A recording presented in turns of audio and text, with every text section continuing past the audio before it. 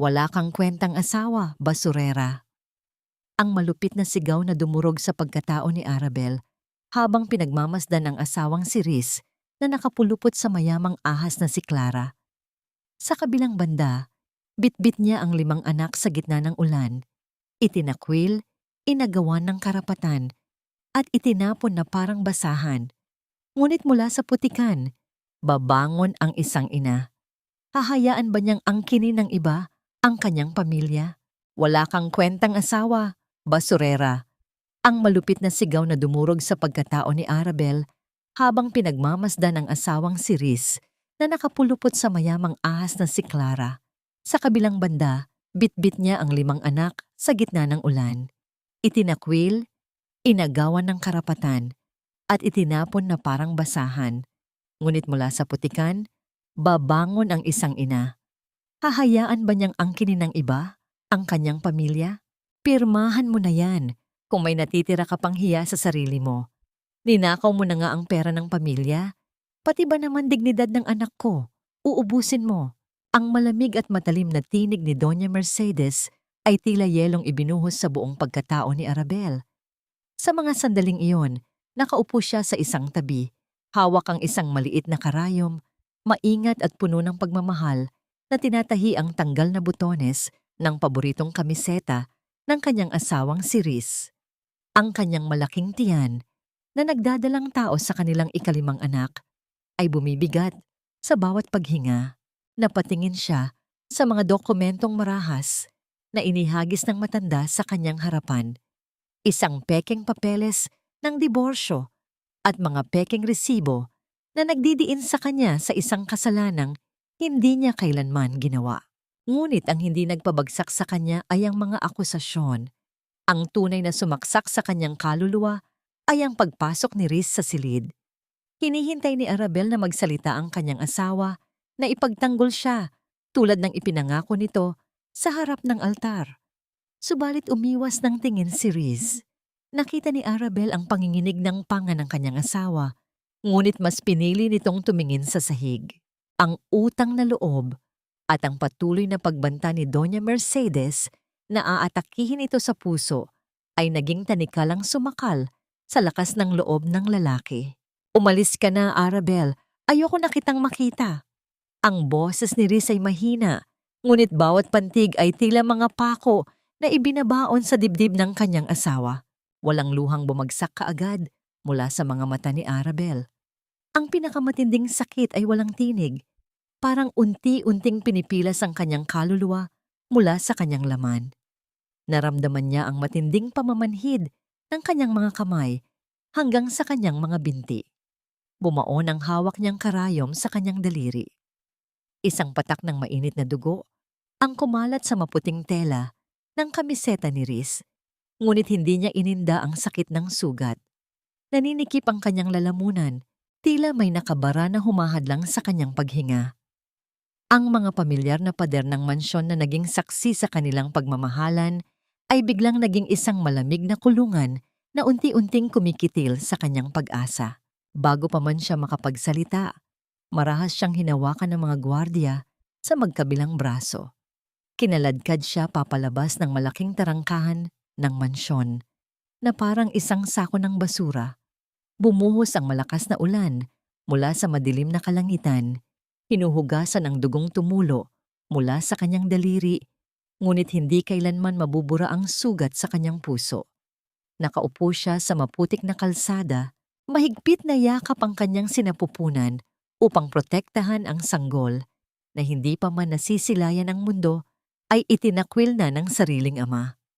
Habang nakatingin sa nakasarang tarangkahan na nabakal, isang mapait na tanong ang patuloy na umaalingaw-ngaw sa kanyang isipan. Paano nangyaring ang taong dating nagtanggol sa kanya sa buong mundo ay siya mismong magtatapon sa kanya sa kawalan? Ang lamig ng ulan sa kanyang gunita ay unti-unting napalitan ng malamig na ihip ng hangin na tumatagos sa mga butas ng sawali. Nabalik lamang ang diwa ni Arabel sa kasalukuyan nang maramdaman niya ang panginginig ng maliliit na bisig na nakayakap sa kanya. 5 taon na ang lumipas mula ng gabing iyon. Nasa loob siya ngayon, ng isang maliit at tagpi-tagping dampa sa dulo ng isang squatters area. Ang patuloy na pagpatak ng ulan mula sa butas na bubong ay lumilikha ng isang malungkot na ritmo na bumabagsak sa lumang timba sa gilid. Tiningnan ni Arabel ang 5 niyang anak na mahimbing na natutulog sa ibabaw ng manipis at kupas na banig. Magkakayakap silang magkakapatid upang magbigayan ng init, mga inosenteng anghel na nagbabayad para sa kasalanang hindi kanila. Dahan-dahang hinubad ni Arabel ang manipis at tastas na sweater na kanyang suot. Maingat niya itong ibinalot sa nanginginig na mga binti ni Luna, ang kanyang bunsong anak na isinilang sa gitna ng matinding kahirapan at kawalan. Hinaplos niya ang buhok ng bata na kaawig ng buhok ng ama nito. Kinagat ni Arabel ang kanyang ibabang labi hanggang sa malalasahan niya ang sarili niyang dugo. Pinipigilan ang anumang hikbi na makawala sa kanyang bibig upang hindi magising ang kanyang mga kayamanan. Siya na lang ang mayroon sila. Hindi siya pwedeng manghina. Ngunit ang malalim na katahimikan ng gabi ay biglang binasag ng malalakas at sunod-sunod na hampas sa kanilang mabuhay na pintuan. Napaigtad si Arabel at mabilis na tumayo. Iniharang ang sarili sa pagitan ng pinto at ng kanyang mga natutulog na anak. Isang malaking anino ng lalaki ang naaaninag mula sa labas, nakatayo sa gitna ng malakas na ulan. Isang malalim at magaspang na boses ang umalingaw-ngaw. Tinatawag ang kanyang buong pangalan na matagal nang ibinaon ng panahon. Ang pagkalam ng sikmura ay walang pinipiling oras, lalo na kung ang bawat barya ay kasing halaga ng hininga. Hindi si Riz ang bumungad kay Arabel sa likod ng mabuhay na pintuan. Sa halip na ang mukha ng lalaking pinapangarap niya gabi-gabi, ang nanlilisik na mga mata ni Mang Badong ang tumambad sa kanya. Ang lalaking ito ang kinatatakutan sa buong eskinita dahil sa pagiging malupit na kolektor ng utang. Ang bawat hakbang nito sa maputik na sahig ay nag-iiwan ng bakas na tila isang sumpa sa katahimikan ng gabi. Arabel, nasaan na ang ipinangako mong bayad? 3 linggo na, puro ka na lang, bukas na lang Mang Badong. Akala mo ba ay tumutubo ang pera sa ulan? Ang boses ng lalaki ay puno ng pangungutya. Bawat salita ay tila isang hagupit sa nakayukong balikat ni Arabel. Pasensya na po Mang Badong, nagkasakit po kasi ang bunso ko. Napunta po sa gamot ang kinita ko sa paglalaba. Parang awa niyo na po kahit sa makalawa lang. Pakiusap ni Arabel, ang kanyang tinig ay nanginginig sa pagitan ng takot at pagpapakumbaba. Ang kanyang mga kamay, nagasgas at sugat-sugat mula sa maghapong pagkusot ng maruruming damit ng ibang tao, ay mahigpit na nakasalikop sa kanyang dibdib. Nagawa pang itulak ni Mang Badong ang pintuan, sapat na upang makita ang mga batang natutulog. Ngunit bago pa man siya makahakbang papasok, isang maliit ngunit matatag na anino ang humarang sa kanya. Si Miko, ang 9 na taong gulang na anak ni Arabel, ay tumayo sa pagitan ng kanyang ina at ng panganib. Ang kanyang mga mata ay nag-aapoy sa paninindigan, isang sulyap na nagmula sa parehong dugo ng isang lalaking tinitingala noon sa loob ng mansyon. "Huwag mong sasaktan ang nanay ko. Magbabayad kami. Gagawa ako ng paraan." Sigaw ni Miko sa maliit na tinig na pilit pinatitibay. Sa kabila ng takot, hindi kumurap ang bata. Ang kanyang maliliit na kamao ay nakakuyom, handang itaya ang sarili para sa tanging taong nagmamahal sa kanya. "Miko, anak, huwag," bulong ni Arabel habang hinahila ang anak sa kanyang likuran. Sa huli, umalis din si Mang Badong matapos ang ilang masasakit na salita. Iniwan silang mag-ina sa gitna ng malamig na gabi. Nang tumahimik ang paligid, naupo ang dalawa sa tabi ng maliit na lamesa. Kinuha ni Miko ang kanyang platitong may lamang kalahati ng nilagang itlog, ang tanging ulam nila para sa hapunan. Maingat niya itong inilipat sa harap ng kanyang ina. "Nay, kain ka na." "Busog na po ako. Marami po akong nainom na tubig kanina." Pagsisinungaling ng bata. Alam ni Arabel na Nagugutom ang kanyang anak dahil narinig niya ang tunog ng sikmura nito kanina habang nag-aaral. Ang sakripisyong yon ng kanyang anak ay tila isang kutsilyong humihiwa sa kanyang puso. Samantala, sa kabilang panig ng lungsod, tila isang magarbong libingan ang katahimikan sa loob ng malawak na dining hall ng pamilya Valiente. Ang amoy ng mamahaling insenso at nilutong steak ay bumabalot sa hangin, ngunit walang lasa ang bawat subo para kay Riz. Nakaupo siya sa kabisera, ang kanyang muka ay tila estatwang walang buhay. Sa kanyang kanan ay si Doña Mercedes na abala sa pagpuna sa bawat pagkakamali ng mga katulong, at sa kanyang kaliwa ay si Clara na nakasuot ng isang mamahaling seda na tila ba ay siya na ang reyna ng tahanan. Riz, sweetheart, bakit hindi mo kinakain ang pagkain mo? Importado pa naman ang baka na yan. Sayang naman ang pagod ng chef natin. Malamig na wika ni Clara, sabay haplos sa braso ni Riz. Ang haplos na yon ay agad na iniwasan ng lalaki. Isang malamig na pagtanggi na nagpangit-ngit sa kalooban ng babae. Wala akong gana, Clara. Marami akong iniisip sa opisina. Maikling tugon ni Riz. Ang totoo, ang nasa isip niya ay ang amoy ng tuyo at bagong sayang na kanin na dating pinagsasaluhan nila ni Arabel sa ilalim ng maliit na bumbilya. Ang bawat luho sa paligid niya ay tila mga paalala ng kanyang duwag na katauhan. Isang lalaking may lahat ng yaman, ngunit walang kaluluwa.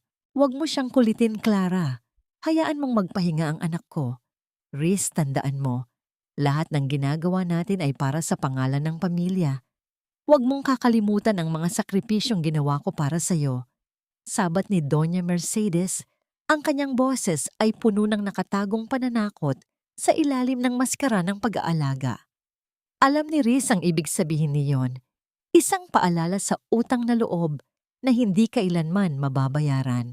Matapos ang hapunan, mabilis na nagtungo si Riz sa kanyang pribadong silid. Doon, sa ibabaw ng kanyang lamesa, ay may isang makapal at kulay kape na sobre.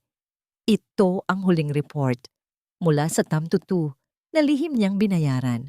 Sa bawat pagpunit niya sa selyo ng sobre, tila dinudurog din ang kanyang puso sa kaba. Inilabas niya ang mga papeles. Doon ay nakita niya ang mga detalye ng buhay ni Arabel sa loob ng 5 taon. Ang bawat paghihirap nito, ang bawat trabahong pinasok nito upang mabuhay, at ang katotohanang may 4 pa silang anak na hindi niya man lang nahawakan. Ngunit ang pinakanakakayanig sa lahat ay ang isang litratong nakasama sa report. Isang kuha ito ng isang gabi kung saan malakas ang ulan. Nakita niya ang isang babaeng payat, basa ang damit, at pasan-pasan sa likod ang isang sakong mabigat. Ang babaeng yon ay ang kanyang asawa, ang babaeng dati niyang pinangakuan ng langit, ngunit iniwan niya sa impyerno. Habang pinagmamasdan ang mga mata ni Arabel sa litrato, mga matang puno ng pagod ngunit nananatiling palaban, isang mainit na luha ang pumatak sa papel. Nababasa ang bahaging nagsasabing nakatira sa dulo ng riles. Biglang bumukas ang pinto ng kanyang silid nang walang pasabi. Pumasok si Clara. Ang kanyang mga mata ay naniningkit habang nakatingin sa hawak na papel ni Riz. Isang mapait na ngiti ang sumilay sa labi ng babae. Isang mangiting nagpapahiwatig na hindi siya papayag na mawala ang lahat ng kanyang pinaghirapan dahil lamang sa isang basurerang mula sa nakaraan. Ang bawat pilat sa balat ay may nakatagong kwento ng pagkakautang na sumasakal sa kalayaan. Isang tanikalang ginto na mas masakit pa sa hapdi ng latay. Hindi na nag-aksaya ng panahon si Riz. Bit-bit ang nagngangalit na damdamin. Marahas niyang binuksan ang pintuan ng silid ni Doña Mercedes. Ang amoy ng mamahaling gamot at pabango ay agad na sumalubong sa kanya. Isang amoy na tila sumasakal sa kanyang hininga. Doon, nakita niya ang kanyang ina na kampanting nagbabasa ng libro, tila ba walang mabigat na lihim na nakatago sa ilalim ng kanyang mga unan. Inihagis ni Riz ang mga larawan ni Arabel at ng mga bata sa ibabaw ng lamesa. Ang bawat piraso ng papel ay bumagsak nang may kasamang bigat ng 5 taong panloloko. Bakit ma? Bakit mo nagawa ito? Sinabi mo sa akin na umalis siya kasama ang ibang lalaki. Sinabi mo na ninakaw niya ang pera natin. Pero tignan mo ito. Tignan mo kung nasaan ang asawa ko at ang mga anak ko. Ang boses ni Riz ay gumaralgal, punong-puno ng pagkasuklam at panghihinayang. Dahan-dahang ibinaba ni Doña Mercedes ang kanyang salamin. Walang bahid ng gulat o pagsisisi sa kanyang mga mata. Sa halip, isang malamig na ngiti ang sumilay sa kanyang labi. Hinubad niya ang kanyang silk na robe. Inilalantad ang isang mahaba at tuyong pilat sa kanyang braso.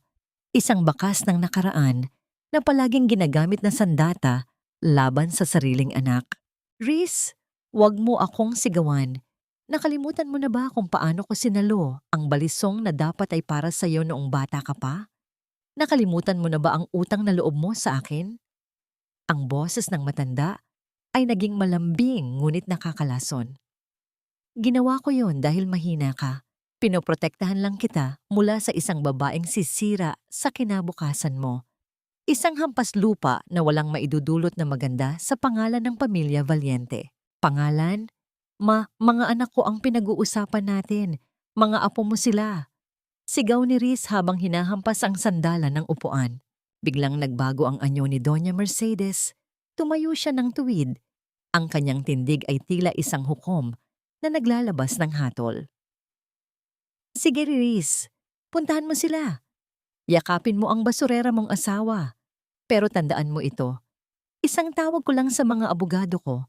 Kukunin ko ang mga batang yon sa ilalim ng batas. Ipapatunayan ko na ang kanilang ina ay walang kakayahang palakihin sila dahil sa sobrang kahirapan. Ipapakita ko sa korte ang dampa nyo, ang dumi ng paligid nyo, at kapag nakuha ko na sila, dadalhin ko sila sa isang ampunan sa ibang bansa kung saan hinding-hindi nyo na sila makikita habang buhay. Pipili ka, Riz.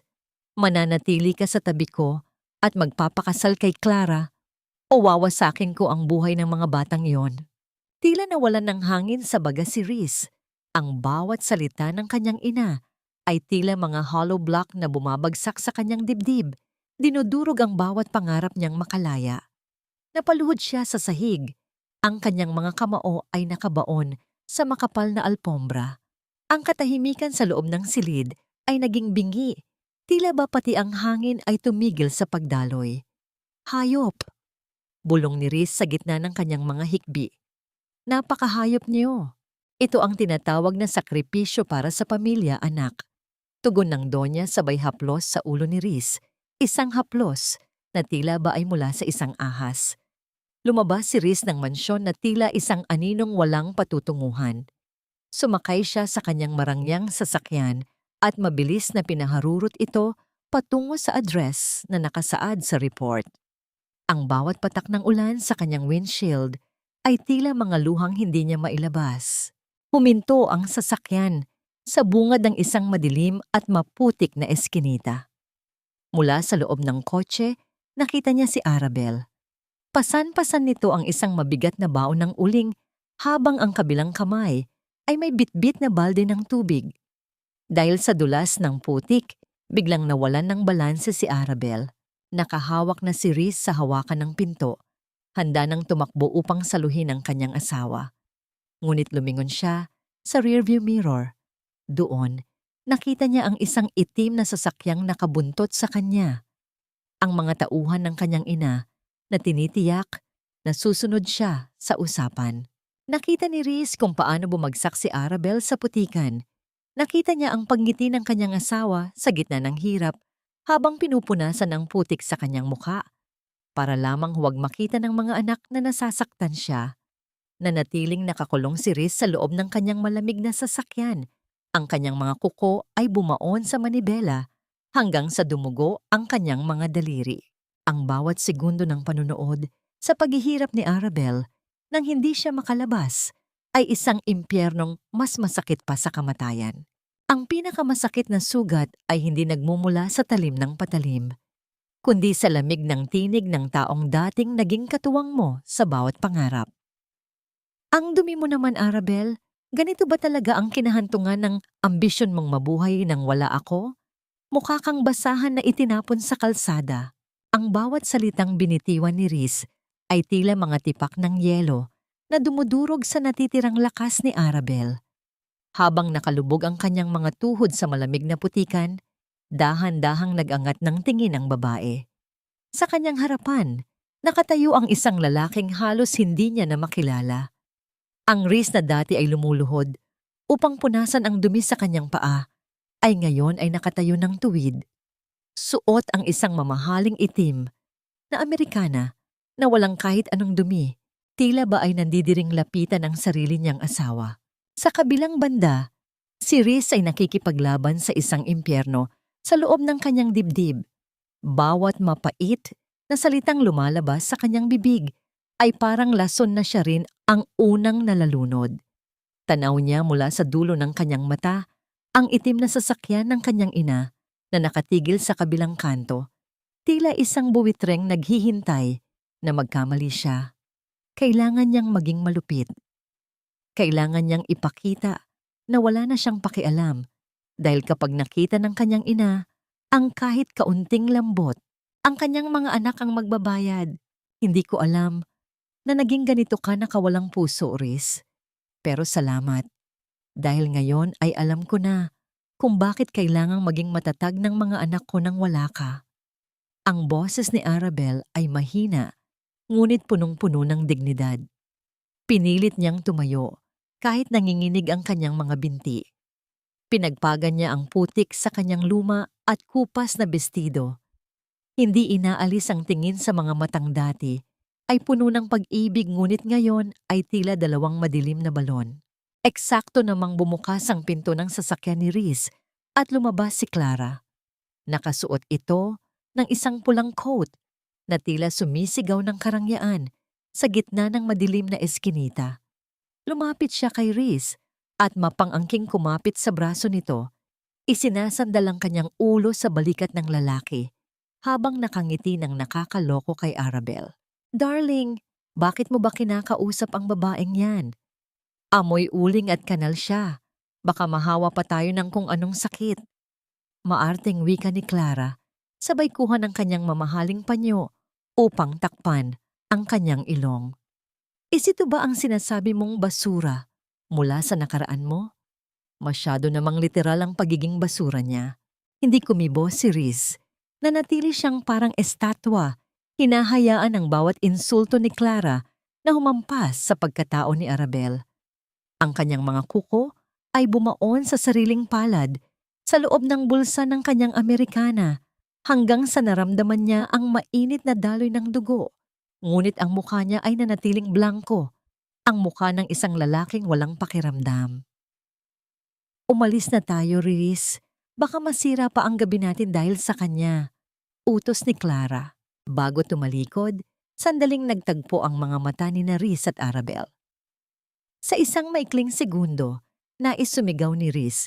Nais niyang lumuhod at hingin ang kapatawaran ng asawa.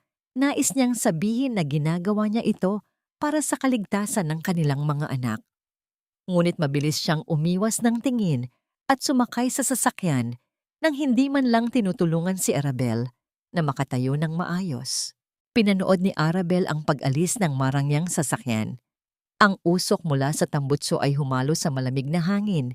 Iniiwan siyang mag-isa sa gitna ng putikan at dilim. Ang bawat patak ng ulan ay tila humahapdi sa kanyang balat. Wala siyang iniyak na luha sa harap nila. Ngunit nang mawala na ang liwanag ng sasakyan, ang kanyang mga balikat ay nanghina. Napahawak siya sa kanyang dibdib. Sinusubukang pakalmahin ang pintig ng kanyang pusong tila pinipiga ng isang dambuhalang kamay. Pabalik na siya sa kanilang dampa. Pilit na itinatago ang sakit nang biglang bumungad sa kanya ang kanyang mga anak. Ngunit imbes na ang mainit na yakap nila, ang sumalubong, ang nakita niya ay ang kanyang anak na si Miko na nagmamadaling lumabas, bit-bit ang isang basang bimpo. Nay, si Luna po. Hindi siya magising. Ang init-init niya po. Ang sigaw ni Miko ay tila isang kidlat na tumama sa natitirang lakas ni Arabel. Sa gitna ng kanyang sariling pagkawasak, isang mas matinding panganib ang naghihintay sa loob ng kanilang tahanan. Wala siyang pera, wala siyang makapitan, at ang lalaking dapat ay katuwang niya ay kailalabas lang ng kanyang buhay ng may kasamang panlalait. Walang mas masakit sa isang ina kundi ang marinig ang hirap na paghinga ng kanyang anak habang ang kanyang mga palad ay walang mahawakang kahit isang kusing upang pawiin ang karamdamang ito. Ang bawat hininga ni Luna ay tila isang gadaliring kutsilyo na humihiwa sa dibdib ni Arabel. Sa gitna ng dilim, tanging ang init ng katawan ng bata ang nagbibigay ng pakiramdam sa kanyang mga bisig. Isang init na hindi nakakapagbigay ng ginhawa, kundi takot. Takot na baka ito na ang huling pagkakataong mayayakap niya ang kanyang bunso. Ang tunog ng ulan sa labas ay tila isang panaghoy na sumasabay sa kanyang tahimik na dalangin habang ang bawat patak ng tubig na tumatagas sa kanilang bubong ay binibilang ang bawat segundong lumilipas. Ngunit sa gitna ng kanyang kawalang pag-asa, isang mahinang katok ang narinig sa kanilang mabuhay na pinto. Hindi ito ang marahas na kalampag ni Mang Badong, kundi isang maingat at magalang na pagkatok. Pagbukas ni Arabel, isang lalaking naka-Amerikana ngunit may dalang itim na bag ang bumungad sa kanya. Magandang gabi po. Ako si Dr. Mateo. Bahagi po ako ng isang medical outreach program na naglalayong tumulong sa mga bata dito sa inyong lugar. Nabalitaan po namin ang kalagayan ng inyong anak, ang malumanay na paliwanag ng doktor, habang mabilis na pumasok at sinuri ang nanginginig na si Luna. Hindi makapaniwala si Arabel. Sa loob ng ilang sandali, ang dampa niya na dati ay puno ng pangamba, ay napuno ng amoy ng gamot at pag-asa. Kasunod ng doktor ay isang lalaki na may bitbit na mga supot ng pagkain. Mga pagkaing hindi lang basta-basta, kundi ang mga paboritong ulam ni Miko na dati nilang pinagsasaluhan nung sila ay nasa mansyon pa. Isang mainit na soup, masarap na manok, at mga prutas na tila ba pinili ng may masusing pag-iingat. Sino? Sino po ang nagpadala sa inyo? Tanong ni Arabel. Ang kanyang mga mata ay naniningkit sa pagtataka habang pinagmamasdan ang mga pamilyar na tatak ng pagkain. Isang hindi nagpakilalang donor po, ginang. Ang tanging bilin lang niya ay siguraduhing magiging maayos ang kalagayan ninyo. Sagot ng doktor nang hindi tumitingin ng diretso sa kanya, abala sa pag-aayos ng dextrose para kay Luna. Ang puso ni Arabel ay mabilis na tumibok. May isang bahagi ng kanyang pagkatao ang nagsasabing alam niya kung sino ang nasa likod nito. Ngunit ang alaala ng malamig na mukha ni Riz kanina ay tila isang pader na humahadlang sa kanyang paniniwala. Samantala, sa loob ng kanyang madilim na opisina sa mansyon, nakaupo si Riz habang ang tanging liwanag ay nagmumula sa screen ng kanyang laptop. Ang bawat pagtipa niya sa keyboard ay tila isang hakbang sa isang mapanganib na laro. Inililipat niya ang malaking bahagi ng kanyang mga personal na share sa isang offshore account na may pangalang Ave at Children. Alam niyang binabantayan ng kanyang ina ang bawat galaw niya, kaya bawat sentimo ay kailangang dumaan sa 7 butas ng karayom bago makarating sa dapat nitong patutunguhan. Kinuha ni Riz ang isang luma at tastas na panyo mula sa kanyang drawer. Ito ang huling alaala niya mula kay Arabel bago sila magkawalay. Inilapit niya ito sa kanyang mukha. Pilit na hinahanap ang amoy ng murang sabon na laging kasama ng kanyang asawa. Isang amoy na para sa kanya ay mas mahalaga pa sa anumang mamahaling pabango sa mundo. Ang kanyang mga mata ay puno ng pait habang naaalala ang pagkakalubog ni Arabel sa putikan kanina. Ang bawat pangiinsulto na binitiwan niya ay tila mga latay na siya mismo ang nagpapasan. Kaunting tiis na lang, Arabel. Gagawin ko ang lahat para mabawi kayo kahit ang kapalit pa nito ay ang sarili kong kaluluwa. Bulong ni Riz sa gitna ng katahimikan habang ang kanyang kamay ay nanginginig sa paghaplos sa panyo. Ngunit ang katahimikang yon ay biglang nabasag nang bumukas ang pinto. Pumasok si Clara na may dalang tasa ng kape, ngunit ang kanyang mga mata ay tila sa isang buwitreng nakakita ng biktima. Hindi siya nagsalita. Lumapit lang siya at ipinatong ang kape sa lamesa.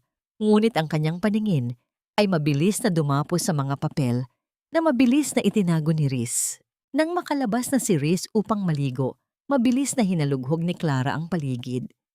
Sa ilalim ng tumpok ng mga dokumento, nahanap niya ang isang maliit na resibo, isang kumpirmasyon ng bayad para sa San Lazaro Medical Outreach.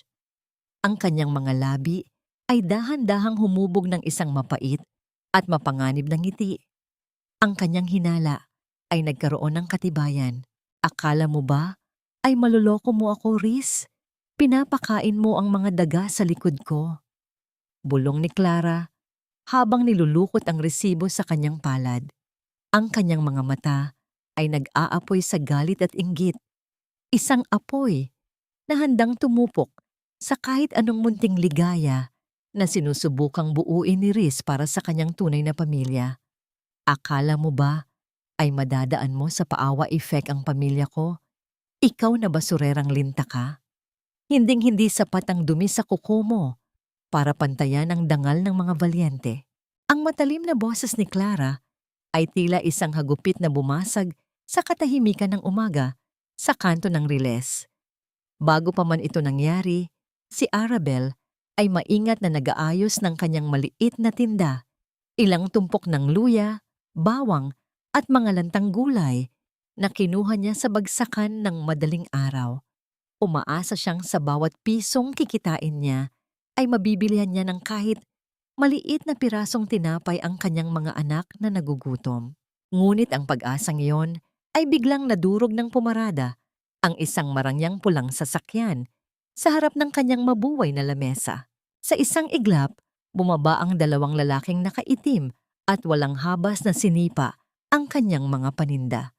Nabuwal ang mga kahoy na lalagyan ng gulay, lumikha ng isang maingay na kalabog sa semento habang nagkakalat ang mga bawang at luya sa maputik na kanal. Ang bawat pagdurog ng mga sapatos ng mga lalaki sa kanyang paninda ay tila pagdurog din sa mga pangarap ni Arabel para sa hapunan ng kanyang mga anak. Naramdaman ni Arabel ang mabilis na pagtibok ng kanyang puso. Tila isang ibong nagpupumiglas sa loob ng isang maliit na hawla. Ang kanyang lalamunan ay nanuyo at ang kanyang mga kamay ay nanginginig habang pilit niyang pinupulot ang mga nadurog na gulay. Ang bawat segundo ay puno ng matinding kahihiyan habang ang mga kapitbahay ay nagsisimulang mag-usisa sa paligid. Ayan, bagay sa'yo, ang mamulot sa putikan. Ang pangungutya ni Clara habang binubuksan ang kanyang mamahaling pitaka. Kumuha siya ng isang dakok ng barya at marahas na isaboy ito sa mukha ni Arabel. Ang tunog ng mga metal na tumatama sa balat ng mukha ni Arabel ay tila mga karayom na nag-iiwan ng hapdi bago ang mga ito ay tuluyang lumubog sa putik. Sige, pulutin mo iyan. Yan lang naman ang habol mo kay Riz, di ba? Ang pera namin. Gamitin mo yan para ipakain sa mga anak mong mukhang daga. Dahan-dahang tumayo si Arabel. Sa kabila ng putik sa kanyang muka at ang hapdi ng mga baryang tumama sa kanya, nanatiling tuwid ang kanyang tindig. Tiningnan niya ng diretso si Clara. Ang kanyang mga mata ay hindi kakikitaan ng takot, kundi ng isang viday na dignidad na hindi kailanman mabibili ng kahit anong yaman. Maaaring wala akong pera, Clara, pero hinding-hindi ko ipagpapalit ang dangal ko sa mga baryang galing sa isang pusong kasing dumi ng putik na ito. Ang boses ni Arabel ay kalmado, ngunit bawat salita ay tila isang sampal ng katotohanan. Ang pagmamahal ko sa mga anak ko ay hindi nasusukat sa kung anong kaya kong bilhin, kundi sa kung paano ko sila pinalalaki ng may malinis na konsensya. Isang bagay na mukhang hindi mo kailanman maiintindihan. Dahil sa matinding galit, itinaas ni Clara ang kanyang kamay upang sampalin si Arabel. Ngunit bago pa man dumapo ang palad nito, isang maliit na figura ang mabilis na lumapit at kumagat sa braso ni Clara. "Bitawan mo ang nanay ko! Masama kang tao!" Sigaw ni Miko habang mahigpit ang pagkakakapit sa braso ng babae. Dahil sa gulat at sakit, napasigaw si Clara at tinangkang sipain ng bata. Isang gwardiya ang mabilis na lumapit at akmang susuntukin si Miko. "Huwag mong susubukan!" Ang malakas at malamig na boses ni Riz ang pumigil sa lahat. Kakababa lang niya sa isa pang sasakyan, ang kanyang mukha ay tila isang madilim na ulap na nagbabantay ng bagyo. Mabilis niyang hinawakan ang kamay ng gwardiya, bumaon ang kanyang mga daliri sa braso nito hanggang sa mapilitan itong bumitaw. Ngunit sa likod ng kanyang mga mata, si Riz ay nagdurugo. Ang makitang nakalubog sa kahihiyan ang kanyang asawa at anak ay isang impyernong nagpapaliyab sa kanyang kaluluwa. Subalit nang makita niya ang sasakyan ng kanyang ina na nakatigil sa di kalayuan, kailangan niyang muling isuot ang kanyang maskara. Lumapit siya kay Arabel, ngunit sa halip na yakap, isang malamig na tingin ang ibinigay niya. "Arabel, ilang beses ko bang sasabihin sa'yo? Huwag mo nang lalapitan ng pamilya ko. Ang gulo-gulo na ng buhay namin dahil sa'yo. Umalis na kayo rito at huwag nang magpapakita pa." Ang boses ni Riz ay walang emosyon, ngunit ang kanyang mga kamao sa loob ng bulsa ay nakakuyom hanggang sa bumaon ang kanyang mga kuko sa sariling palad. Tinitigan siya ni Arabel, isang tingin na puno ng pait at matinding pagkadismaya. Hindi siya nagsalita. Hinawakan niya ang kamay ni Miko at dahan-dahang tumalikod. Iniwan ang mga nadurog na gulay at ang mga baryang nakabaon sa putik. Habang naglalakad palayo, ang tanging naririnig ni Arabel ay ang malakas na pintig ng kanyang puso at ang tanong na paulit-ulit na bumabalot sa kanyang isipan. Hanggang kailan niya kayang tiisin ang bawat sugat na ibinibigay ng lalaking minsan ay naging mundo niya. Nang makabalik si Riz sa mansyon, hindi siya sinalubong ng kapayapaan. Sa loob ng sala, nakaupo si Doña Mercedes sa kanyang wheelchair. Ang kanyang mukha ay tila isang mapait na hatol.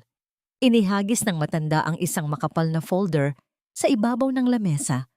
Ang tunog nito ay tila isang pagsabog sa loob ng tahimik na silid. "Akala mo ba ay hindi ko malalaman, Riz? Akala mo ba ay hindi ko nakikita ang mga paglipat mo ng pera sa ibang account?" Ang boses ng Donya ay puno ng lason. "Pinoprotektahan mo ang mga basurerang iyon sa likod ko. Ngayon, sabihin mo sa akin, sino ang mas mahalaga sa iyo? Ang mga anak ng linta na yon o ang buhay ng sarili mong ina?" Ang pinakamabigat na parusa sa isang anak ay hindi ang mawalan ng yaman, kundi ang makitang ang sarili mong ina ang siyang nagiging kaaway ng sarili mong kaligayahan. Sa loob ng malawak at marangyang sala, ang tunog ng pag-ikot ng dial ng telepono ni Doña Mercedes ay tila bawat tibok ng isang orasan na naghuhudyat ng katapusan. Nakatayo si Riz sa harap ng kanyang ina, ang kanyang mga balikat ay nakalaylay sa ilalim ng bigat ng pagkatalo. Sa isang maikling tawag, naramdaman niya kung paano gumuho ang kanyang mundo. Ang lahat ng kanyang mga bank account, ang kanyang posisyon sa kumpanya, at maging ang kanyang kakayahang gumalaw nang malaya ay tinanggal sa kanya sa isang iglap. "Ngayon, Riz, tignan natin kung paano mo mapapakain ang mga basurerang iyon nang wala ang aking pera. Mananatili ka rito sa loob ng mansyon hanggang sa araw ng kasal niyo ni Clara. Isang hakbang mo papalabas, sisiguraduhin kong wala nang babalikang dampa ang pamilya mo." Ang boses ng matanda ay walang bahid ng pag-aalinlangan. Bawat salita ay tila isang selyo ng kamatayan sa kanyang mga pangarap. Ngunit sa kabila ng pagbabantay, ang puso ng isang ama ay laging nakakahanap ng paraan. Sa kalagitnaan ng hapon, habang abala ang lahat sa paghahanda para sa nalalapit na piging, lihim na nagpalit ng damit si Riz. Hinubad niya ang kanyang mamahaling suit at nagsuot ng isang simpleng t-shirt at maong na matagal na niyang itinago. Sa tulong ng isang matapat na hardinero na dati ring nakaranas ng kabutihan ni Arabel, nakalusot si Reese sa likod ng bakod ng mansyon. Naglakad siya patungo sa maliit na paaralan malapit sa Riles. Doon, sa ilalim ng isang puno ng mangga, nakita niya si Luna. Ang kanyang bunsong anak ay nakaupo sa isang lumang gulong, naghihintay sa kanyang mga kapatid. Ang mga mata ni Luna ay tila dalawang malinaw na bituin na hindi pa nababahira ng dumi ng mundong ito, isang tanawing agad na nagpadurog sa puso ni Reese. Lumapit si Reese ng dahan-dahan, pilit na itinatago ang kanyang mukha sa ilalim ng suot na sombrero. Bumili siya ng 2 baso ng sorbetes mula sa isang dumaang tindero at lumapit sa bata. "Bata, gusto mo ba ng ice cream? Para sa iyo ito."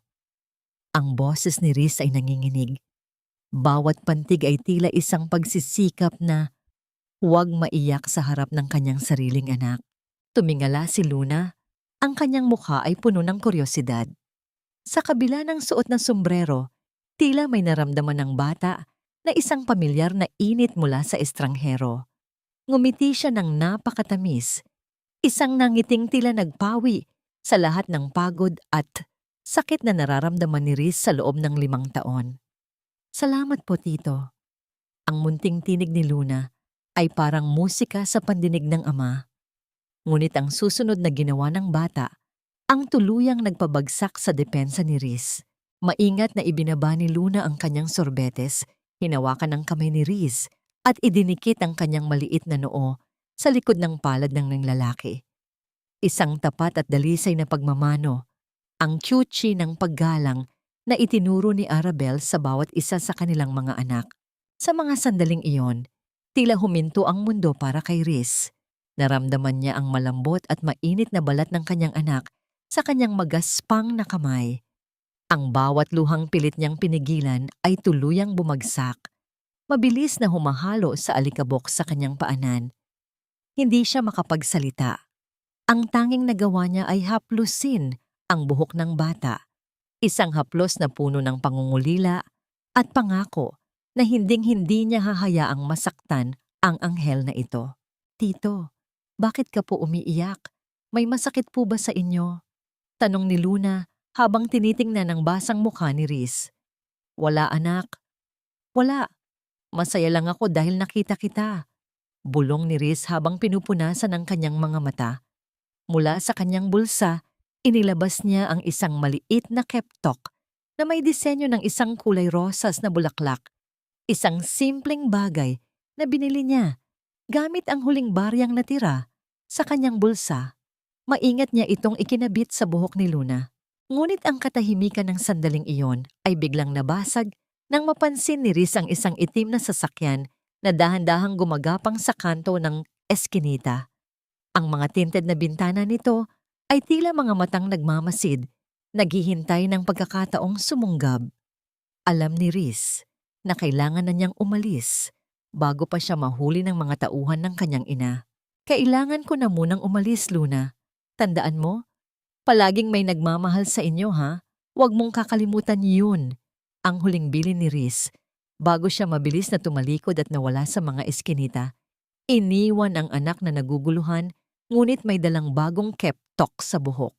Pagkalipas ng ilang oras, dumating si Arabel upang sunduin ang kanyang mga anak. Pagod na pagod siya mula sa maghapong pagtitinda.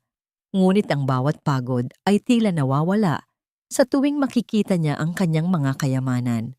Napansin niya agad ang kumikinang na rosas na bulaklak sa buhok ni Luna. "Luna, saan galing yang kep mo? Sino ang nagbigay sa iyo niyan?" tanong ni Arabel. Ang kanyang puso ay nagsimulang tumibok ng mabilis sa pagitan ng kaba at pagtataka. "Yung tito po kanina, Nay. Yung tito na mabait na binigyan po ako ng ice cream. Pero Nay, bakit po siya umiiyak habang kinakausap ako? Sabi niya po masaya lang siya, pero parang ang lungkot-lungkot ng mga mata niya." Ang kwento ni Luna habang hinahawakan ang kanyang bagong palamuti. Naniga si Arabel sa kanyang kinatatayuan. Ang paglalarawan ni Luna sa mabait na tito na may malungkot na mata ay sapat na upang malaman niya ang katotohanan. Hinawakan niya ang keptok ni Luna, ang kanyang mga daliri ay nanginginig. Sa simpleng bagay na yon, tila naramdaman ni Arabel ang lahat ng mga salitang hindi masabi ni Riz, ang bawat pakiusap, ang bawat sakit, at ang bawat lihim na pagmamahal na pilit na ikinukubli ng lalaki. Napatingin siya sa dulo ng kalsada, umaasang makikita pa ang anino ng lalaking kailanman ay hindi nawala sa kanyang puso.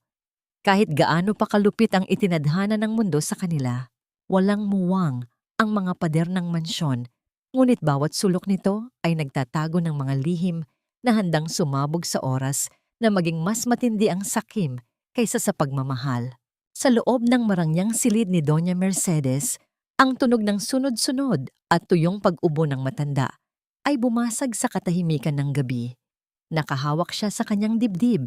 Ang kanyang mukha ay namumutla sa ilalim ng liwanag ng lampara. Sa bawat paghinga niya, naramdaman niya ang isang matinding bigat na hindi kayang pawiin ng kahit anong mamahaling gamot.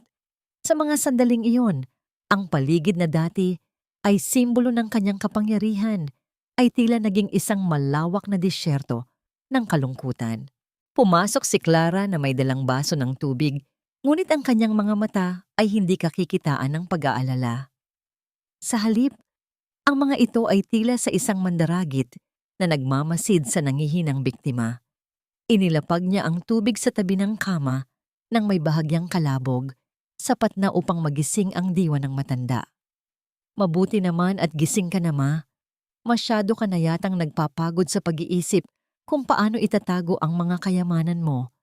Ang boses ni Clara ay malamig at puno ng nakatagong kahulugan.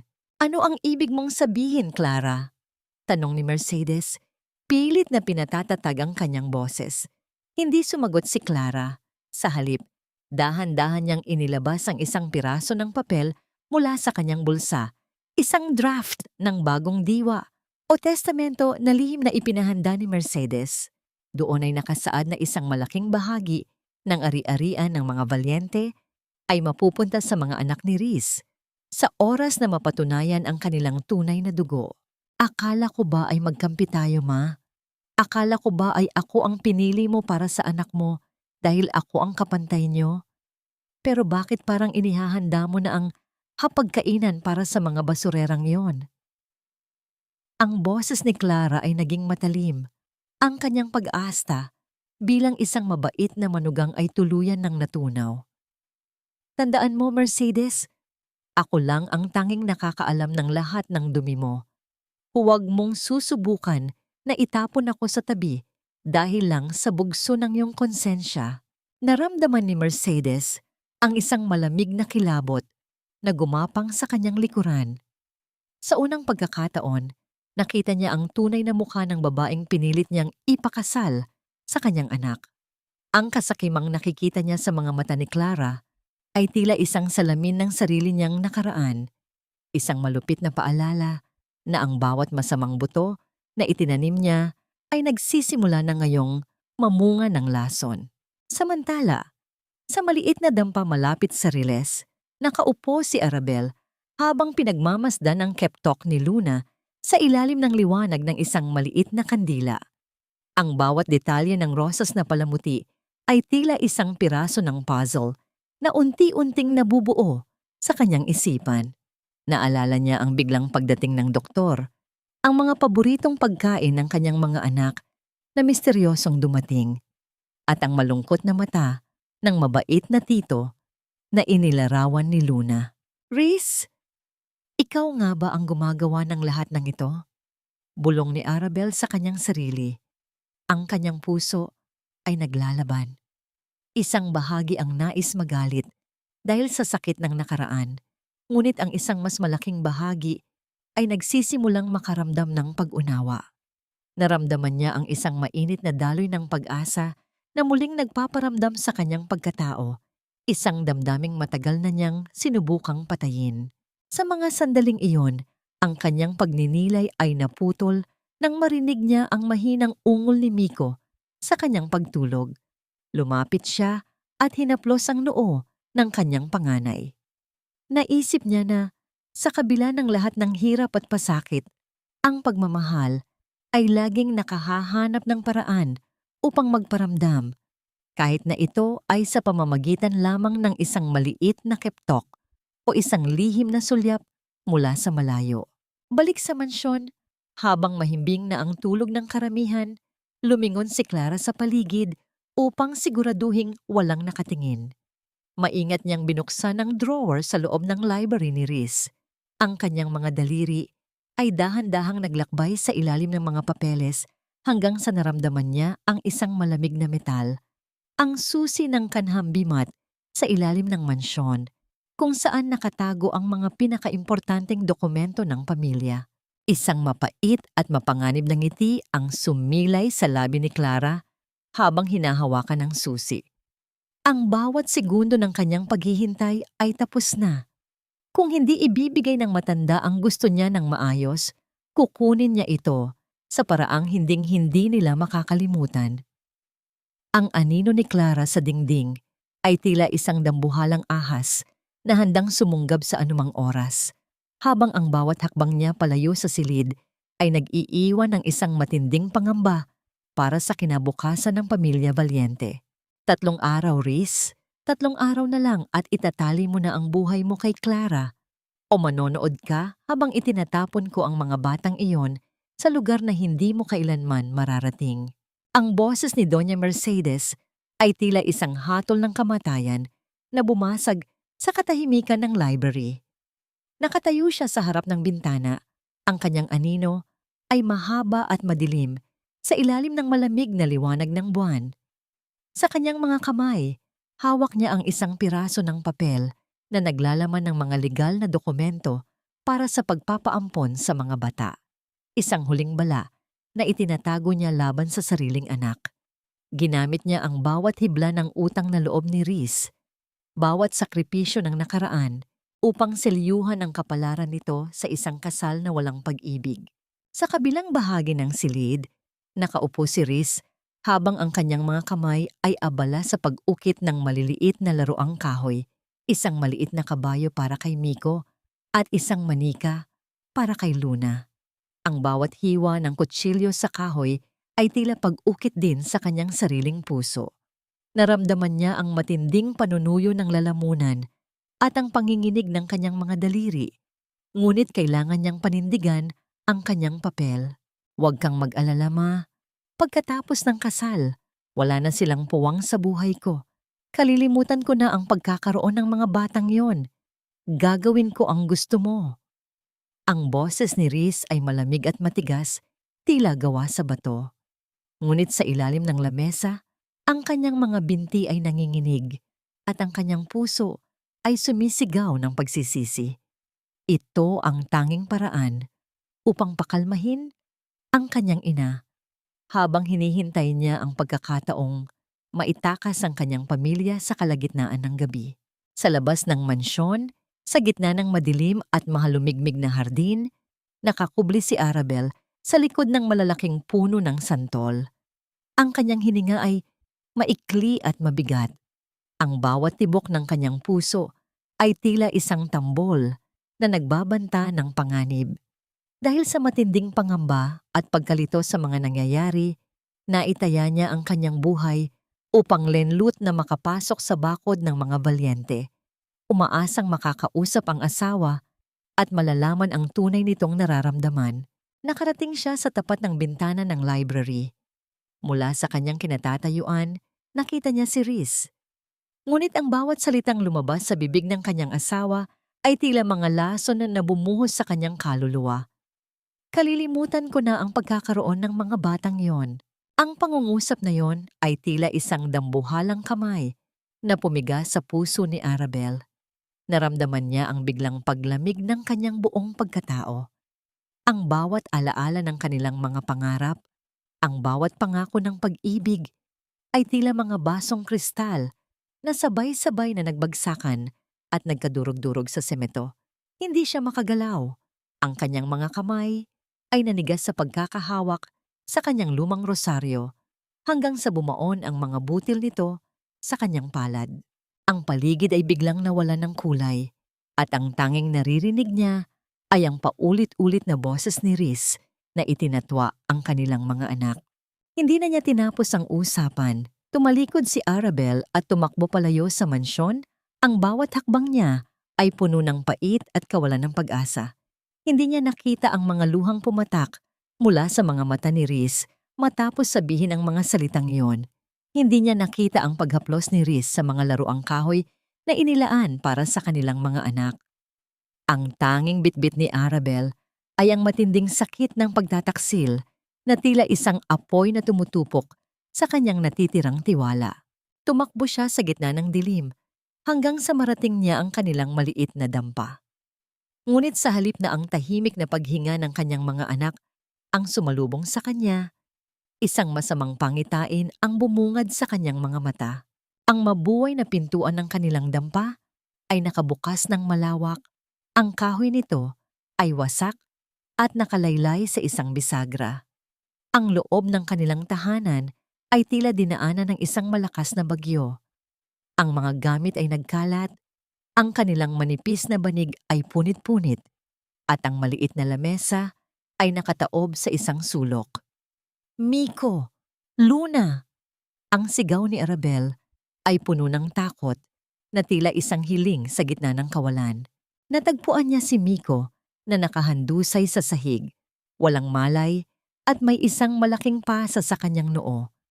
Mabilis na lumuhod si Arabel at kinabig ang anak sa kanyang mga bisig. Pilit itong ginigising habang ang kanyang mga kamay ay nanginginig sa takot. Ngunit nang lumingon siya sa sulok kung saan laging natutulog ang kanyang bunso, ang tanging nakita niya ay ang basang sahig at ang kawalan. Wala si Luna. Ang kanyang anak na babae ay nawawala. Iniwan ang isang nakakabinging katahimikan na tila isang sumpa sa kanyang pagkatao. Paano niya haharapin ang dilim kung ang tanging liwanag na nagbibigay sa kanya ng lakas ay marahas na ninakaw mula sa kanyang mga kamay? Ang pinakamabangis na hayop sa mundo ay hindi ang leon sa gubat, kundi ang isang taong nabulag ng inggit at ang isang inang wala ng takot na mawalan. Ang bawat patak ng luha ni Arabel ay humahalo sa alikabok, sa sahig, habang mahigpit niyang yakap ang walang malay na si Miko. Ang katahimikan ng gabi ay tila isang mabigat na kumot na sumasakal sa kanyang hininga. "Miko, anak, gisising!" Bulong ni Arabel. Ang kanyang boses ay tila isang gasgas na himig sa gitna ng kawalan. Dahan-dahang gumalaw ang bata, umungol sa sakit, habang hinahawakan ang namamagang noo. Sa pagmulat ng mga mata ng anak, ang tanging nakita ni Arabel ay ang matinding takot. Ngunit sa gitna ng kanyang paghihinagpis, isang bagay na kumikinang ang nakatawag ng kanyang pansin sa tabi ng wasak na pintuan. Isang maliit na piraso ng mamahaling tela, isang kulay ube na seda na may burang ginto. Alam ni Arabel ang telang ito. Nakita niya ito sa balikat ni Clara noong gabing nilait siya nito sa eskinita. Ang bawat hibla ng tela ay tila isang lason na nagpatibok ng mabilis sa kanyang puso. Ang takot ay unti-unting napalitan ng isang nagngangalit na apoy ng determinasyon. Isang ina na wala nang ititira para sa kanyang sarili, sapagkat ang kanyang huling hininga ay para na lamang sa kanyang anak na ninakaw. Samantala, sa loob ng mansyon, ang bawat segundo ay tila isang pagtitiis para kay Riz. Nakaupo siya sa kanyang kama, hawak ang laruang kahoy na ginawa niya para kay Luna, nang biglang mag-vibrate ang kanyang telepono sa ibabaw ng lamesa.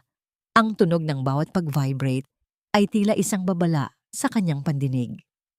Isang nanhulog na mensahe ang bumungad sa kanya, isang larawan ni Luna na nakatali ang mga kamay at nakatakip ang bibig sa loob ng isang madilim na silid.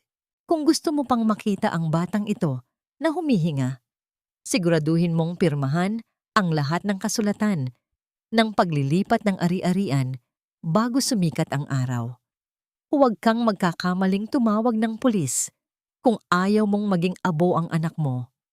Ang boses sa kabilang linya ay binago ng isang modulator, ngunit ang bawat salita ay tila isang patalim na bumaon sa puso ni Riz. Naramdaman ni Riz ang pag-akyat ng dugo sa kanyang ulo.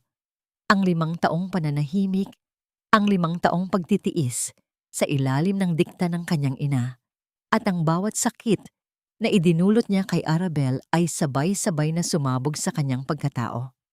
Sa isang marahas na galaw, itinulak niya ang bawat gamit sa kanyang lamesa. Ang tunog ng mga bumabagsak na pluma, mga papeles, at isang mamahaling baso ng kristal na nagkapira-piraso sa sahig ay umalingaw-ngaw sa buong silid, tila isang pagsabog ng kanyang natitirang pasensya. "Tama na!" sigaw ni Riz. Ang kanyang boses ay tila isang kulog na narinig hanggang sa kabilang panig ng mansyon. Lumabas siya ng kanyang silid at hinarap ang kanyang inang si Doña Mercedes na nagulat sa gulo. Hindi na si Riz ang masunuring anak na nakayuko. Ang kanyang mga mata ay nag-aapoy sa galit na matagal nang kinulong. "Wala na akong pakialam sa yaman mo, ma. Wala na akong pakialam sa utang na loob na yan. Kinuha nila ang anak ko. Kinuha nila ang buhay ko."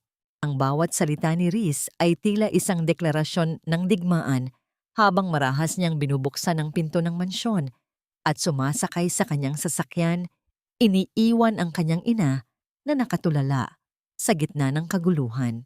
Sa kabilang bahagi ng lungsod, sa loob ng isang abandonadong bodega sa tabi ng dagat, ang amoy ng kalawang at lansa ay bumabalot sa hangin. Doon, nakatayo si Clara habang pinagmamasdan ang nanginginig na si Luna. Ang bawat hikbi ng bata ay tila musika sa pandinig ng babaeng wala ng kinikilalang moralidad. Kinuha ni Clara ang kanyang cellphone at muling kumuha ng litrato. Isang mapait na ngiti ang sumilay sa kanyang mga labi na puno ng pulang lipstick. "Umiyak ka lang, bata. Ang bawat luha mo ay katumbas ng bilyon-bilyong pisong mapupunta sa akin." Bulong ni Clara habang hinahaplos ang pisngi ni Luna sa isang paraang nakakakilabot.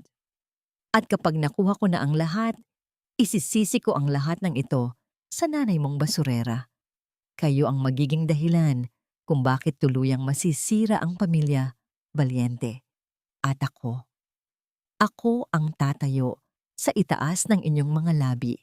Ang kanyang boses ay tila isang ahas na dahan-dahang pumupulupot sa leeg ng biktima habang ang bawat hakbang niya sa lumang sahig na kahoy ay nag-iiwan ng isang nakakangilong tunog ng pagkabulok. "Akala mo ba ay madali para sa akin ang panoorin kang nasasaktan? Bawat hagupit ng kahirapan sa iyo ay 10 beses na humahati sa sarili kong puso, Arabel." Ang boses ni Riz ay basag, puno ng pait at pagsisisi habang nakatayo siya sa gitna ng wasak na dampa. Ang bansang ng buwan ay sumisilip sa mga butas ng bubong, tumatama sa mukha ni Arabel na puno ng alikabok at tuyong luha. Hawak pa rin ni Arabel ang kapirasong tela mula kay Clara. Ang kanyang mga kamay ay nanginginig sa pagitan ng galit at takot. Akma siyang lalayo nang tangkain siyang hawakan ni Riz. Ang kanyang mga mata ay nag-aapoy sa matinding hinanakit. "Huwag mo akong hahawakan, Riz. Narinig ko ang lahat sa mansyon. Narinig ko kung paano mo itinatwa ang mga anak mo para lang sa yaman nyo. Bakit ka pa narito? Para ba panoorin kung paano kami tuluyang mawasak?" Ang bawat salita ni Arabel ay tila isang sumpa. Bawat hininga niya ay puno ng hapdi. Hindi nakapagsalita si Riz. Sa halip, dahan-dahan niyang itinupi ang manggas ng kanyang t-shirt. Inilalantad ang mga sariwang sugat at pasa sa kanyang mga braso. Mga sugat na nakuha niya sa paghampas sa sarili at sa pader dahil sa matinding pagpipigil sa galit. Humakbang siya palapit. At sa pagkakataong ito, hindi niya hinayaan na makawala si Arabel. Hinila niya ang asawa sa isang mahigpit na yakap. Isang yakap na tila ba nais niyang protektahan ito mula sa buong mundo. "Patawarin mo ako, Arabel. Pinagmukha kong tinalikuran ko kayo dahil yun lang ang tanging paraan para hindi kayo tuluyang kunin ni Mama. Binabantayan niya ang bawat galaw ko, bawat sentimo na ipinapadala ko sa inyo. Kung hindi ko ginawa yon, baka matagal na kayong wala sa piling ko. Pero nagkamali ako. Dahil sa sobrang pag-iingat ko, hindi ko napansin ang ahas sa loob mismo ng mansyon. Bulong ni Riz habang ang kanyang mga luha ay pumapatak sa balikat ni Arabel. Sa gitna ng init ng yakap ni Riz, naramdaman ni Arabel ang pamilyar na pintig ng puso ng kanyang asawa. Isang pintig na hindi nagsisinungaling. Ang matagal na pader ng galit sa kanyang dibdib ay tila unti-unting natutunaw, napapalitan ng isang malalim na pangunawa sa sakripisyong ginawa ni Riz ng mag-isa. Ipinatong ni Arabel ang kanyang ulo sa dibdib ni Riz. Ang kanyang mga hikbi ay naging mas malalim, hindi na dahil sa sakit, kundi dahil sa pag-asang hindi pala siya nag-iisa sa laban na ito. Ang bawat haplos ni Riz sa kanyang buhok ay tila isang gamot sa mga sugat ng nakaraang 5 taon. Riz, si Luna. Kinuha siya ni Clara. Kailangan nating iligtas ang anak natin. Bulong ni Arabel sa gitna ng kanyang pag-iyak.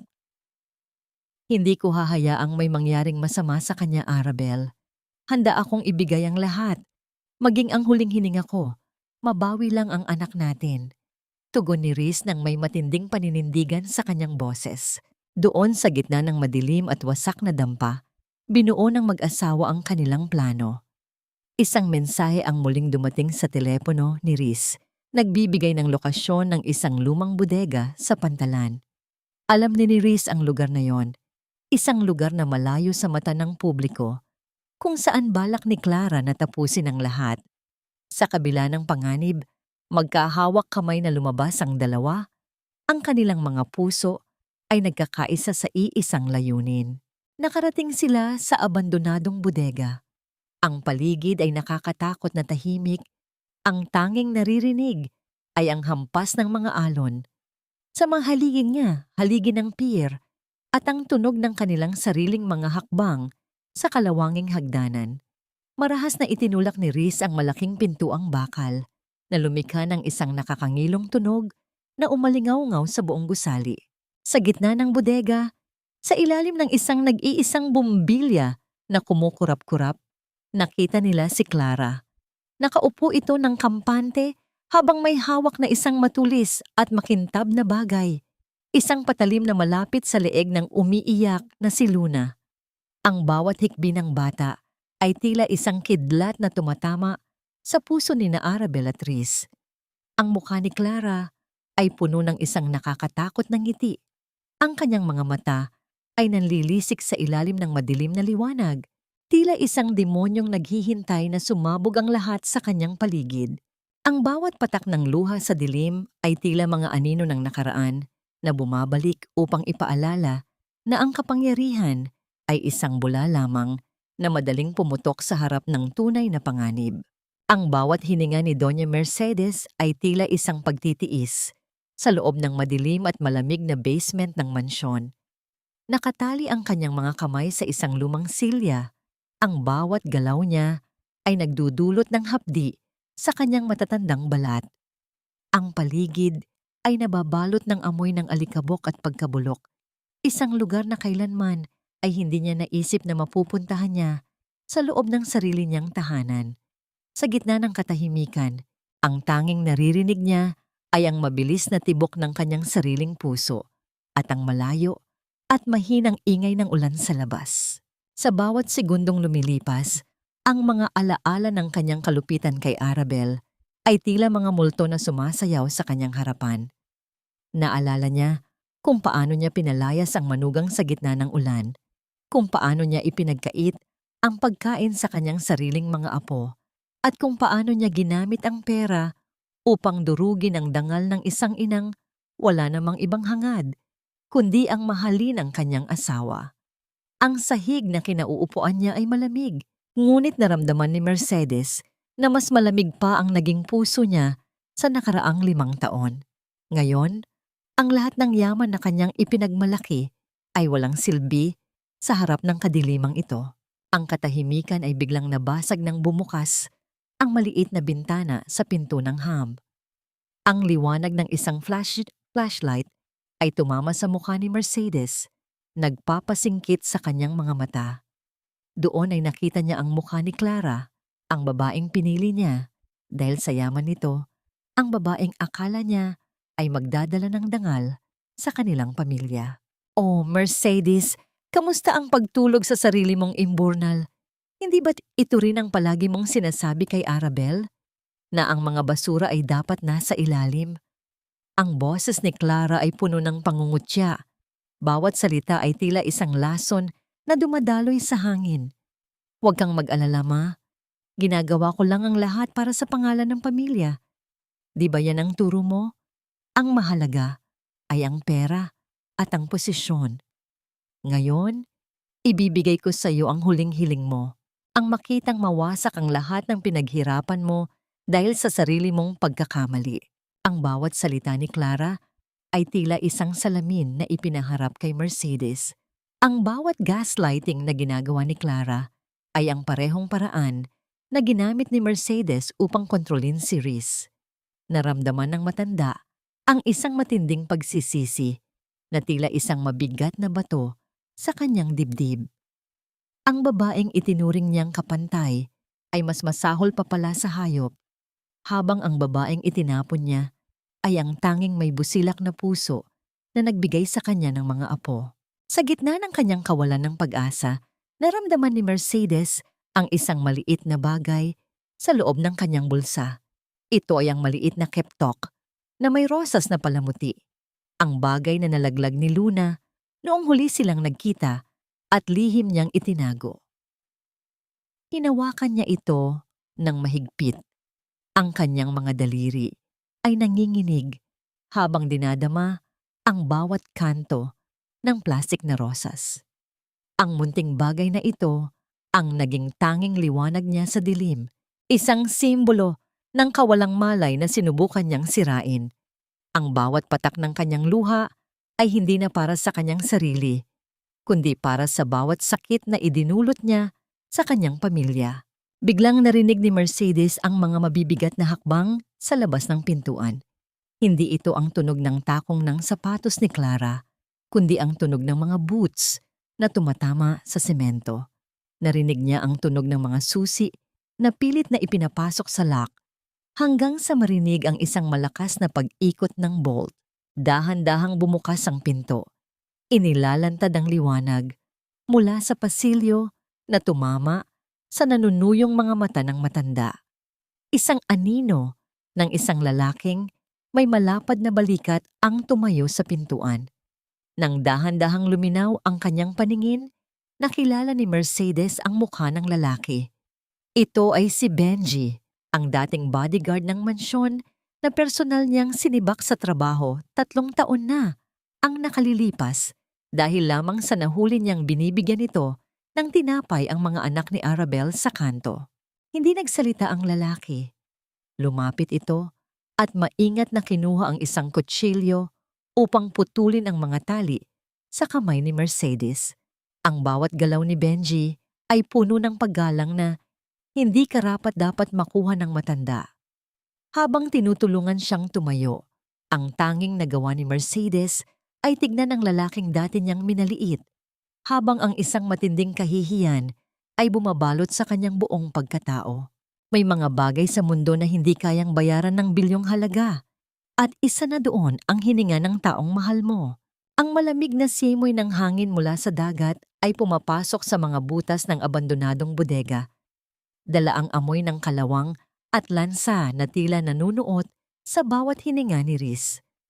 Sa gitna ng malawak na espasyo, sa ilalim ng iisang bumbilyang kumukurap-kurap, nakatayo si Clara habang hawak ang isang matalim na piraso ng bakal na nakatutok sa leeg ni Luna. Ang bata ay halos wala ng boses sa kaiiyak. Ang kanyang maliliit na balikat ay nanginginig sa takot habang nakatingin sa kanyang mga magulang. "Huwag kang lalapit, Riz. Isang hakbang pa at sisiguraduhin kong hinding-hindi mo na mahahawakan ang batang ito." Ang sigaw ni Clara, ang kanyang boses, ay tila isang matinis na tunog na bumabasag sa katahimikan. Ang kanyang mga mata ay nanlilisik, puno ng desperasyon at kasakimang wala ng hangganan. Inilabas ni Clara ang isang folder na puno ng mga dokumento, ang kabuuan ng yaman ng pamilya Valiente. Inihagis niya ito sa paanan ni Riz. Ang bawat piraso ng papel ay nagkalat sa maruming sahig. Pirmanan mo yan. Ibigay mo sa akin ang lahat. Ang posisyon mo, ang mga lupa, ang lahat ng shares sa kumpanya. Yan lang naman ang nararapat sa akin matapos ang lahat ng pagtitiis ko sa pamilya niyo. Ang utos ni Clara habang mas lalong idinidiit ang bakal sa leeg ng bata. Nang walang pag-aalinlangan, kinuha ni Riz ang panulat mula sa kanyang bulsa. Walang kahit isang bakas ng pagsisisi o pagdadalawang isip sa kanyang mukha. Para sa kanya, ang bawat lupain at bilyong piso ay tila mga walang kwentang basura kung ikukumpara sa isang patak ng luha ng kanyang anak. Mabilis niyang nilagdaan ang bawat pahina. Ang tunog ng pagkalos ng panulat sa papel ay tila bawat pintig ng kanyang pusong nagmamahal. Ayan na, Clara. Sa'yo na ang lahat. Sa'yo na ang yaman, ang pangalan, ang lahat ng gusto mo. Pakawalan mo na ang anak ko. Ang boses ni Riz ay kalmado, ngunit puno ng matinding awtoridad. Ngunit sa halip na pakawalan ng bata, isang mapait at nakakangilong tawa ang kumawala sa bibig ni Clara. Akala mo ba ay ganoon lang kadali iyon? Akala mo ba ay hahayaan ko kayong mabuhay nang masaya matapos niyo akong gawing tanga? Sa isang kumpas ng kamay ni Clara, lumabas ang tatlong lalaking tila mga aninong galing sa dilim. Bit-bit ang mga makakapal na kahoy. Walang habas nilang pinagtulungang saktan si Riz. Ang bawat hampas ng kahoy sa katawan ni Riz ay lumilikha ng isang mapurol na tunog ng pagkabali at pagkapunit, ngunit hindi siya gumanti. Sa halip, ginamit ni Riz ang kanyang sariling likod bilang kalasag. Niyakap niya si Arabel at pilit na itinago ang mukha nito sa kanyang dibdib upang hindi makita ng asawa ang kanyang paghihirap. Ang bawat ungol ng sakit ni Riz ay tila isang tahimik na awit ng proteksyon para sa kanyang pamilya. Riz, tama na! Parang awa niyo na! Ang sigaw ni Arabel. Ang kanyang mga kamay ay pilit na kumakapit sa t-shirt ni Riz na ngayon ay nagsisimula nang mabasa ng mainit na daloy ng dugo. Ngunit sa gitna ng kaguluhan, isang malakas na tunog ng sirena mula sa malayo ang biglang bumasag sa plano ni Clara. Ang asul at pulang liwanag ay nagsimulang gumapang sa mga dingding ng bodega. Ang bawat anino sa paligid ay tila nagtatakbuhan sa takot. Mula sa pintuan pumasok ang mga pulis kasunod ang nanghihinang si Doña Mercedes na inaalalayan ni Benji. Nang makita ni Clara na wala na siyang takasan, ang kanyang takot ay napalitan ng isang baliw na galit. Tiningnan niya ang bata, pagkatapos ay kay Arabel. Kung hindi ako magiging masaya, walang magiging masaya. Sa isang mabilis at marahas na galaw, itinaas ni Clara ang hawak niyang bakal at buong lakas na iwinasiwas ito patungo sa kinaroroonan ni Luna. Ang bawat segundo ay tila bumagal. Ang bawat hininga sa loob ng bodega ay tila tumigil habang ang panganib ay mabilis na bumabagsak sa inosenteng bata.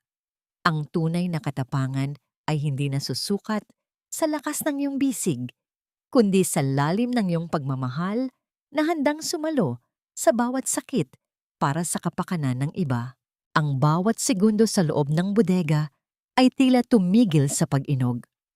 Sa isang kisap mata, bago pa man dumapo ang marahas na hampas ng bakal ni Clara, sa maliit na katawan ni Luna, isang anino ang mabilis na humarang. Hindi nag-isip si Arabel.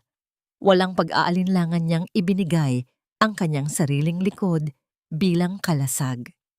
Isang mapurol at mabigat na tunog ng pagtama ng bakal sa laman at buto ang umalingaw-ngaw sa buong bodega na sinundan ng isang nakakangilong pagkakaumpog ng ulo ni Arabel sa matalim na kanto ng pader. Dahan-dahang bumagsak ang katawan ni Arabel sa malamig na semento. Ang bawat hininga niya ay naging maikli at hirap habang ang kanyang paningin ay unti-unting nilalamon ng kadiliman. Ngunit sa kabila ng sakit, nakita ng lahat ang isang katotohanang yumanig sa kanilang mga puso. Sa paghaharang ni Arabel, hindi lang ang kanyang anak ang nailigtas niya. Naitulak din niya si Doña Mercedes palayo sa direksyon ng marahas na hampas. Ang babaeng itinuring na basura, ang inang itinakwil at inalipusta, ay siyang naging anghel na sumalo sa kamatayan para sa taong nagpahirap sa kanya. Arabel! Hindi! Mahal ko, mangyaring gumising ka! Ang sigaw ni Riz ay tila isang sugatang hayop na naririnig sa bawat sulok ng pantalan. Mabilis siyang gumapang patungo sa kanyang asawa. Ang kanyang sariling mga sugat ay hindi na niya inalintana. Nanginginig ang kanyang mga palad habang kinakabig ang ulo ni Arabel sa kanyang kandungan. Ang bawat patak ng kanyang luha ay humahalo sa mainit na daloy ng pula na nagsisimulang mabuo sa ilalim ng ulo ni Arabel. Binabasa ang kanyang lumang damit na 5 taon ng saksi sa kanyang pagtitiis. Sa kabilang banda, mabilis na dinamba ng mga pulis si Clara. Ang kanyang mukha ay puno ng panginginig at isang baliw na tawa na tila wala na sa katinuan. Dapat sa inyo yan. Lahat kayo ay dapat mawasak. Ang huling hiyaw niya bago marinig ang tunog ng pagkakalos ng bakal na posas sa kanyang mga kamay. Kinaladkad siya papalabas. Ang kanyang pulang coat ay tila isang mantsa sa gitna ng kadiliman, habang ang bawat hakbang niya ay nag-iiwan ng isang matinding pagkamuhi mula sa mga taong nakasaksi sa kanyang kasamaan. Napaluhod si Doña Mercedes sa sahig, hindi dahil sa pisikal na sakit, kundi dahil sa bigat ng kanyang sariling konsensya na tila isang dambuhalang bundok na bumagsak sa kanya. Nakatingin siya sa walang malay na si Arabel, ang babaeng itinaya ang buhay para sa kanya. Ang bawat alaala ng kanyang mga panlalait ay tila mga sampal na bumabalik sa kanyang mukha. Naramdaman niya ang isang matinding panghihina sa kanyang mga tuhod hanggang sa siya ay tuluyang mapaupo sa maputik na semento. Ang kanyang marangyang alahas ay wala ng kislap sa harap ng kadakilaan ng isang inang kanyang minaliit. Patawad, patawad anak ko. Ang boses ni Mercedes ay tila isang gasgas na bulong sa gitna ng ingay ng mga sirena. Gumapang siya palapit at hinawakan ang laylayan ng damit ni Arabel. Ang kanyang mga kamay ay nanginginig sa matinding pagsisisi. Patawarin mo ang isang matandang bulag sa katotohanan. Bago tuluyang mawalan ng malay, dahan-dahang iginalaw ni Arabel ang kanyang nanginginig na kamay. Hindi niya itinulak ang matanda. Sa halip, sa huling sandali ng kanyang diwa, dahan-dahan niyang hinawakan ang dulo ng daliri ni Mercedes. Isang mahina at maikling paghaplos na tila nagsasabing wala na siyang owantig na galit. Pagkatapos niyon, ang kanyang kamay ay tuluyang bumagsak sa semento at ang kanyang mga mata ay dahan-dahang ipinikit. Mabilis na isinakay si Arabel sa loob ng ambulansya. Ang tunog ng mga kagamitang medikal at ang mabilis na pagtakbo ng mga nurse ay tila isang malabong panaginip para kay Riz na mahigpit pa ring nakahawak sa kamay ng asawa. Nakarating sila sa ospital at ang huling nakita ni Riz ay ang pagsasara ng malaking pintuan ng emergency room. Ang tanging naririnig niya ay ang paulit-ulit at pantay na tunog ng monitor ng puso mula sa loob. Isang tunog na nagpapahiwatig na ang bawat segundo ay isang laban sa pagitan ng buhay at kamatayan. Ang bawat tibok ng orasan sa pader ng ospital ay tila bawat pintig ng kanyang pusong nagdarasal na huwag siyang iwan ng babaeng naging tanging liwanag ng kanyang buhay. Ang bawat pagpikit ng mata sa gitna ng dusa ay tila isang mahabang gabi, ngunit ang muling pagmulat nito sa ilalim ng liwanag ng pag-asa ay ang pinakamatamis na biyaya ng tadhana. 3 araw na ang nakalilipas mula nang mabalot ng dugo at takot ang abandonadong bodega. Ngunit ang bawat segundo sa loob ng malamig na pasilyo ng ospital ay tila 1 taon para kay Riz. Nakaupo siya sa isang matigas na bangko. Ang kanyang mga mata ay malalim at napaliligiran ng itim dahil sa kawalan ng tulog. Ang kanyang mga kamay na dati ay marahas na nakakuyom sa galit, ngayon ay nakasandig sa kanyang noo, nanginginig sa bawat buntong hininga. Ang bawat tunog ng pagbukas at pagsara ng pinto ng intensive care unit ay tila isang kuryenteng gumagapang sa kanyang buong pagkatao, naghihintay ng balitang magbibigay sa kanya ng buhay o tuluyang papatay sa kanyang kaluluwa. Sa di kalayuan, sa isang sulok ng silid-hintayan, nakaupo si Doña Mercedes. Wala na ang kanyang marangyang wheelchair, wala na ang kanyang mga mamahaling alahas. Nakasuot lamang siya ng isang simpleng blusa, ang kanyang mga balikat ay nakalaylay at ang kanyang mukha ay tila isang luma at tuyong papel na puno ng mga guhit ng pagsisisi. Ang kanyang mga daliri ay walang tigil sa paghimas sa mga butil ng isang lumang rosaryo. Ang bawat pag-ikot nito ay sinasamahan ng isang pabulong na dalangin na puno ng luha. Sa unang pagkakataon sa kanyang buhay, hindi siya nag-utos, hindi siya nagtaas ng boses. Siya ay isang matandang nagmamakaawa sa langit para sa buhay ng babaeng dati niyang itinuring na kaaway. Ang katahimikan ng madaling araw ay binasag ng dahan-dahang paggalaw ng mga daliri ni Arabel sa ibabaw ng puting kumot. Ang tunog ng monitor ng puso ay nanatiling maayos at may ritmo, tila isang mahinang martsa patungo sa paggaling. Dahan-dahang iminulat ni Arabel ang kanyang mga mata. Ang kanyang paningin ay malabo sa simula, hanggang sa luminaw ang mukha ng lalaking nakayuko sa kanyang tabi. Arabel, mahal ko. Ang bulong ni Riz ay tila isang awit ng pasasalamat. Hindi niya mapigilan ang pagdaloy ng kanyang mga luha habang dahan-dahang hinahalikan ang palad ng kanyang asawa. Ang bawat haplos ni Riz sa noo ni Arabel ay puno ng pag-iingat. Tila ba ayaw niyang mabasag ang isang napakahalagang kristal.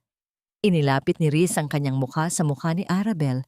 Ang kanilang mga noo ay nagdikit habang ang kanilang mga hininga ay nagsasama sa gitna ng amoy ng gamot at kalinisan.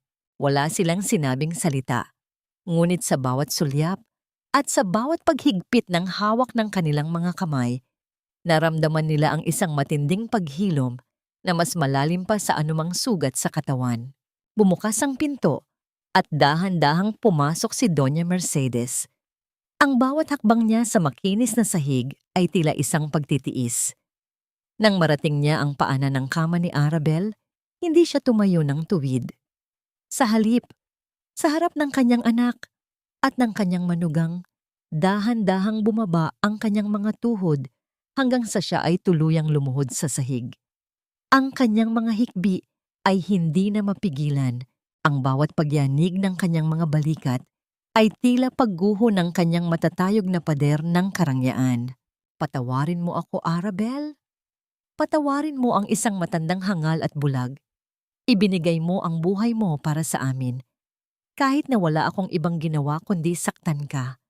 Ituring mo akong kahit ano. Huwag mo lang ipagkait sa akin ang pagkakataong tawagin kang anak. Ang bawat salita ni Mercedes ay basag, puno ng pait at tapat na pagsusumamo. Hinawakan niya ang mga kamay ni Arabel. Ang kanyang mga luha ay bumabasa sa maputing kumot. Sa halip na galit, isang banayad ng ngiti ang sumilay sa labi ni Arabel. Sa kabila ng panghihina, dahan-dahan niyang iniangat ang kanyang kamay at hinaplos ang pisngi ng matanda. Pinupunasan ang mga luhang simbolo ng bagong simula. Tumayo na po kayo, Ma. Tapos na po ang lahat ng sakit. Hindi na mahalaga ang nakaraan. Ang mahalaga ay narito na po kayo at hinihintay na po kayo ng inyong mga apo para kumain ng sabay-sabay. Ang pintuan ng silid ay muling bumukas at ang katahimikan ay napalitan ng tunog ng mabilis na pagtakbo ng maliliit na paa. Pumasok ang 5 bata. Ang kanilang mga mukha ay nagliliwanag sa saya nang makitang gising na ang kanilang ina. Lumapit si Luna. Ang kanyang rosas na keptok ay maayos na nakakabit sa kanyang buhok. Lumapit siya kay Doña Mercedes at, nang walang pag-aalinlangan, kinuha niya ang kamay ng matanda at idinikit ang kanyang noo sa likod ng palad nito. Ang siyuchi ng pagmamano na ginawa ng bata ay tila isang selyo ng kapayapaan na tuluyang tumunaw sa natitirang bigat sa puso ni Mercedes. Niyakap ng matanda ang kanyang mga apo. Ang kanyang mga iyak ay naging tunog ng kagalakan na umalingaw-ngaw sa buong silid.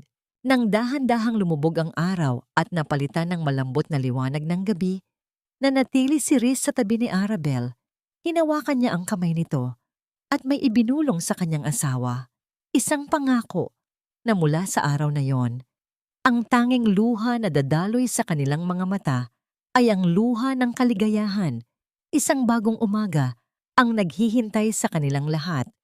Isang umagang hindi na nababalot ng takot, kundi ng init ng isang pamilyang tuluyan nang nabuo sa gitna ng bagyo. Isang taon na ang mabilis na lumipas mula nang ang madilim na ulap ng pait at takot ay tuluyang mapawi sa langit ng pamilya Valiente. Ang mansyon na dati ay tila isang malamig at nakakatakot na muog ng kapangyarihan, ngayon ay binabalot na ng isang mainit at malambot na liwanag ng araw. Ang bawat sulok nito, na dati ay puno ng mga lihim at gaslighting, ay dahan-dahan nang napupuno ng tunog ng mga yabag, ng maliliit na paa, at ang hindi matapos-tapos na tawanan ng 5 magkakapatid. Wala na ang mabigat na katahimikan, pinalitan na ito ng himig ng isang tahanang may buhay. Sa gitna ng malawak na garden, isang mahabang lamesa ang maayos na nakahanda para sa isang masayang salu-salo. Nakasuot si Arabel ng isang simpleng asul na bestido na tila sumasalamin sa kapayapaan ng kanyang puso. Ang bawat galaw niya ay puno ng gaan. Ang mga sugat sa kanyang katawan ay naging mga pilat na lamang na nagpapaalala sa kanyang katatagan. Sa kanyang tabi, hindi lumalayo si Riz. Ang bawat sulyap ng lalaki sa kanyang asawa ay puno ng paghanga at matinding pasasalamat.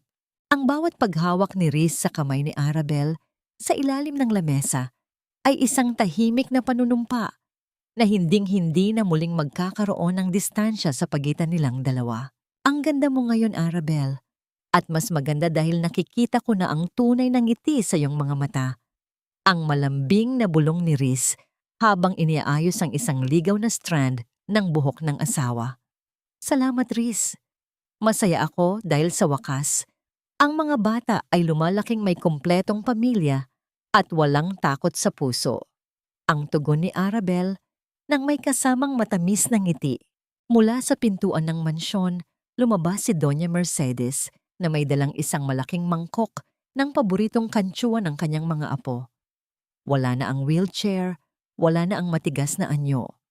Siya ay mukhang isang pangkaraniwang lola na ang tanging hangad ay mabusog ang kanyang mga mahal sa buhay.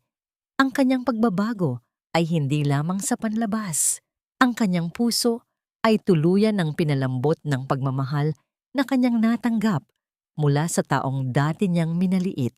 Sa bawat pagmamano ng mga bata sa kanya bago kumain, naramdaman ni Mercedes ang isang uri ng kayamanan na hindi kayang ibigay ng anumang bank account o lupain. Samantala, sa kabilang panig ng mundo, sa likod ng mga malamig na rehas ng bakal, si Clara ay nananatiling bilanggo ng kanyang sariling kasakiman.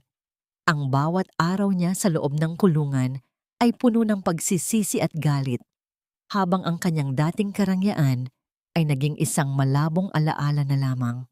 Ang karma ay tila isang malupit na guro na nagpapaalala sa kanya na ang bawat pagyapak sa iba upang umakyat sa itaas ay may katapat na masakit na pagbagsak. Nang dahan-dahang lumubog ang araw, nagtipon ng buong pamilya para sa isang litrato. Sa gitna ng frame, magkayakap sina Arabel at Riz, pinalilibutan ng kanilang 5 anak, habang si Doña Mercedes ay nakatayo sa tabi nila na may hawak na kamay ni Luna. Ang bawat ngiti sa litratong yon ay turo ng isang mahabang paglalakbay mula sa putikan patungo sa liwanag. Nahanap na ba nila ang kapatawaran? Oo. Dahil ang kapatawaran ay hindi lamang pagkalimot, kundi ang pagpili na magmahal sa kabila ng sakit. Nakahanap na ba sila ng kapayapaan? Higit pa sa kapayapaan, nakahanap sila ng kalayaan, kalayaang maging totoo at kalayaang pahalagahan ang bawat hininga ng isa't isa. Ang pinakamahalagang aral na iniwan ng kanilang kwento ay ang katotohanang ang bawat pagtitiis ng isang ina ay may katapat na tagumpay At ang tunay na lakas ng isang pamilya ay hindi nasusukat sa ginto, kundi sa tibay ng kanilang pagkakaisa sa gitna ng pinakamalakas na bagyo. Habang ang huling sulyap ng araw ay nagtatago sa abot-tanaw, ang boses ni Arabel ay narinig na nagkukwento sa kanyang mga anak. Isang kwento ng isang ibong nawalan ng pakpak ngunit muling nakalipad dahil sa pag-ibig. At sa bawat salitang lumalabas sa kanyang labi, ang bawat bituin sa langit ay tila sumasaksi sa isang tagumpay na hinding-hindi na mabubura ng panahon.